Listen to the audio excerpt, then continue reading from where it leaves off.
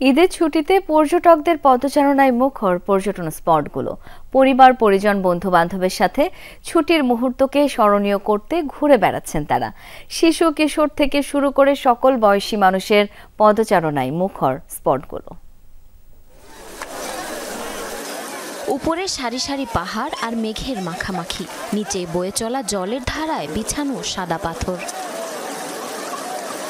ঈদে 9 দিনের ছুটি, প্রকৃতির অপরূপ সৌন্দর্য উপভোগ করতে পরিবার, বন্ধু বান্ধব নিয়ে সিলেটের উল্লেখযোগ্য স্পটগুলোতে ছুটছেন পর্যটকেরা।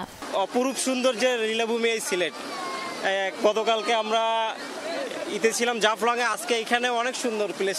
এবার এই ফার্স্ট বাচ্চাদের নিয়ে আসলাম, ওরা ঢাকা থেকে ঈদ করতে আমার বাসায় আসছে, আমি সিলেটে থাকি, তো আর কি মোটামুটি খুব সুন্দর, ওরা খুব উপভোগ করতেছে এই ঠান্ডা পানি।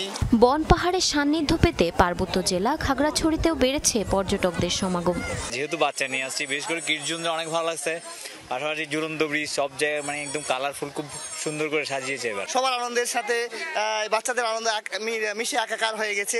সকাল থেকে পর্যটকের মোটামুটি সমাগম ছিল, এখনো পর্যন্ত হচ্ছে 2000+ হয়েছে। আমরা আশা করতেছি যে এই সমাগমটা বেশ কিছুদিন থাকবে। অবসর কাটাতে বাঙালির পছন্দের শীর্ষে কক্সবাজার সমুদ্র সৈকত। ঈদের ছুটি কাটাতে উপচে পড়া ভিড় সুগন্ধা, হিমছড়ি, ইনানির মতো পয়েন্টগুলোতে। সুন্দর একটা প্লেস, প্রাকৃতিক হাওয়া, সাগরের বড় বড় ঢেউ, অনেক ভালো লাগে। সপরিবারে কক্সবাজার এসেছি, আমাদের ভীষণ মজা লাগছে, ভালো লাগছে, উপভোগ করছি বিষয়টা।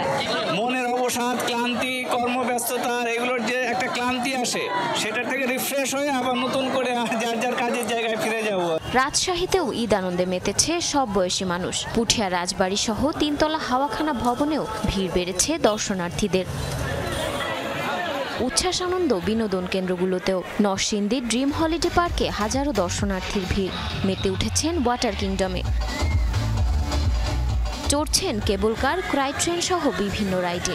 প্রথমবার ফ্যামিলির সাথে ঘুরতে এসেছি, মজা লাগছে, এন্ড এখানকার পরিবেশটাও খুবই ভালো। আমরা শহরে থাকতে থাকতে বোরিং হয়ে গেছি, এখানে এসে এতটাই ভালো লাগছে যে ভাষায় প্রকাশ করতে পারছি না। ঈদ বিনোদন ঘিরে দেশের বিভিন্ন স্থানে বসেছে গ্রামীণ মেলাও। জারিন অর্নি, যমুনা নিউজ।